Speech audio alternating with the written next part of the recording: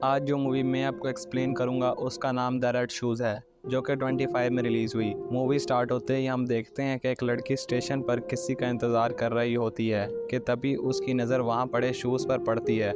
उसे वो शूज़ पसंद आते हैं। वो उन शूज़ को उठाने जाती है कि तभी वहाँ एक और लड़की आती है और उससे पहले उन शूज़ को उठा लेती है। वो उन शूज़ को पहनती है और चलने लगती है। थोड़ी देर चलने के बाद उसे कुछ अजीब फील होने लगता है। तभी देखते ही देखते उसके पाँव कट जाते हैं। अब सीन यहाँ से शिफ्ट होता है और हम एक लड़की को देखते हैं जिसका नाम संजय था।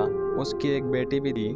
संजय अपने हस्बैंड के साथ नहीं रहे क्योंकि उनकी सेपरेशन हो गई थी। अब संजय और उसकी बेटी दूसरी जगह शिफ्ट हो जाते हैं जो कि बहुत सुनसान थी और वहाँ पर सिर्फ एक बूढ़ी औरत रहा करती थी। वो अपार्टमेंट बहुत अजीब था, लेकिन उनके पास इतने पैसे नहीं होते कि वो एक अच्छी जगह अपना घर ले लें। उस घर में काफी काम रिपेयरिंग वाला था, तो संजय खुद ही वहाँ की रिपेयरिंग करने लगती है। वो एक बल्ब को रिपेयर कर रही थी कि तभी उसमें ब्लास्ट होता है और चिंगारी उसकी आंख में जाती है। वो डॉक्टर के पास आंखें चेक कराती है जो कि उसकी दोस्त होती है और यहाँ हमें ये पता चलता है कि संजय खुद भी एक डॉक्टर होती है और उसका क्लिनिक अभी बन रहा होता है। वो स्टेशन पर अपने घर जाने के लिए इंतजार कर रही होती है कि तभी उसकी नज़र उन्हीं शूज़ पर पड़ती है। वो इधर उधर देखती है लेकिन उसे कोई नज़र नहीं आता, तो वो उन शूज़ को उठा लेती है और अपने घर ले आती है।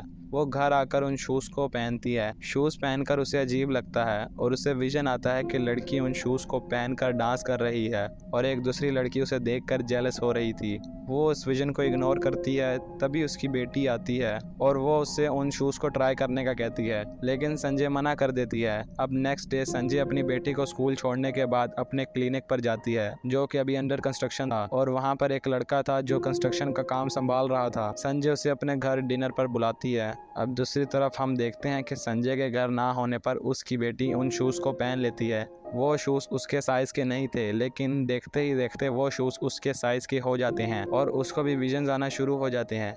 अब वो सारे डिनर कर रहे होते हैं कि तभी संजय की बेटी को गुस्सा आता है और वो उसे बुरा बिहेव करने लगती है, जिस पर संजय उसे यहाँ से जाने का कहती है। संजय उस लड़के को अपने हस्बैंड से सेपरेशन के बारे में बताती है। उस लड़के की नज़र उन शूज़ पर पड़ती है और उसे वो शूज़ बहुत पसंद आते हैं। संजय को विजन्स बहुत तंग कर रहे होते हैं। उसे विजन्स में एक कपल नज़र आता है और उसे विजन में अपनी बेटी भी नज़र आती है जो कि टेरेस से जंप करने वाली थी। वो उसे रोकती है, तभी उसके पाँव कट जाते हैं।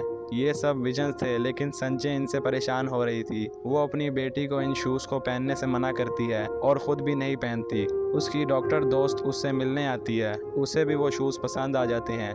संजय के दूर जाते ही वो उन शूज़ को चुरा कर चली जाती है। वो उन शूज़ को पहनकर जा रही होती है कि तभी उसे लगता है कि कोई उसका पीछा कर रहा है, कि तभी कोई उसे पीछे से पकड़ लेता है और उसकी आंखें निकालकर उसे शीशे पर फेंक देता है, जिससे उसकी डेथ हो जाती है और उसके पाँव भी कट जाते हैं। अब पुलिस इसे मर्डर केस समझती है और संजय से इन्वेस्टिगेशन करती है क्योंकि लास्ट टाइम वो उसी के घर गई थी। संजय वहाँ और लोगों की फोटोज भी देखती है जिनकी ऐसे ही डेथ हुई थी, जिसे देखकर वो हैरान होती है और अपने घर आ जाती है। घर जाकर वो उन शूज़ को अपनी बेटी के पास देखती है। वो शूज़ को अपनी बेटी से लेती है और उसे डस्टबिन में फेंक देती है ताकि कोई और उन शूज़ को ना पहन ले। वो घर आती है तो देखती है कि उसकी बेटी ने वही शूज़ पहने हुए हैं जो वो अभी फेंक कर आई थी। तभी उसकी बेटी के पाँव से खून आने लगता है और संजय बेहोश हो जाती है।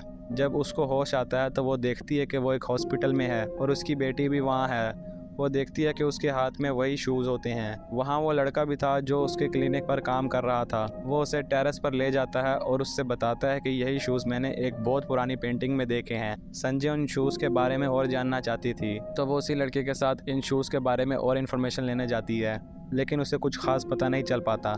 तभी उसे याद आता है कि शायद उस बूढ़ी औरत को कुछ पता हो जो उसके साथ अपार्टमेंट में रहती थी। वो उसके पास जाती है और उन शूज़ के बारे में पूछती है। काफ़ी रिक्वेस्ट करने पर वो बताती है कि वो बहुत पहले एक लड़की जो कि डांसर थी उसके घर पर काम किया करती थी। उसका नाम ओकी था और वह एक लड़की से जेलसी की वजह से नफरत किया करती थी जिसका नाम काइको था।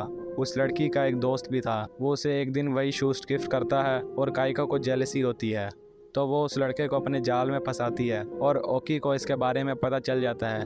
वो उन्हें इकट्ठे देख लेती है। वो लड़का उसके पीछे उसे मनाने जाता है, जिस पर ओकी को गुस्सा आता है और वो काइको को मार देती है और उसके पाँव भी काट देती है और उन शूज़ को उठाकर ज़ोरों से हंसने लगती है। वो लड़का भी उसके साथ था। अब वो दोनों शादी कर रहे होते हैं और ओकी ने वही शूज़ पहने थे। तभी काइको की सोल उन दोनों को बुरी तरह से मार देती है। अब संजय काइको की ग्रेव को ढूंढती है और उसे खुदवा कर उसके शूज़ वहाँ रख देती है ताकि अब कोई उसके शूज़ ना पहने। और काइको के शूज़ उसके पास ही रहें। वो ये करने के बाद काफ़ी रिलैक्स हो जाती है।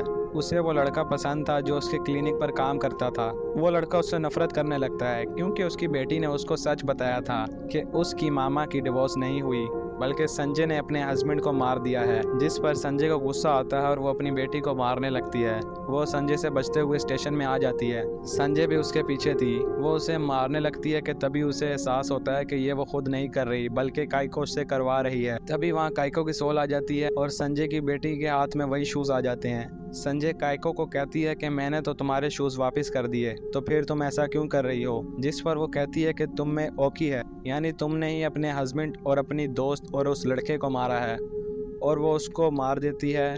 यहाँ पर ये मूवी एंड हो जाती है। अगर आपको हमारी एक्सप्लेनेशन पसंद आई हो तो हमारे चैनल को सब्सक्राइब करें, इस वीडियो का लाइक करें, कमेंट करें और शेयर करें।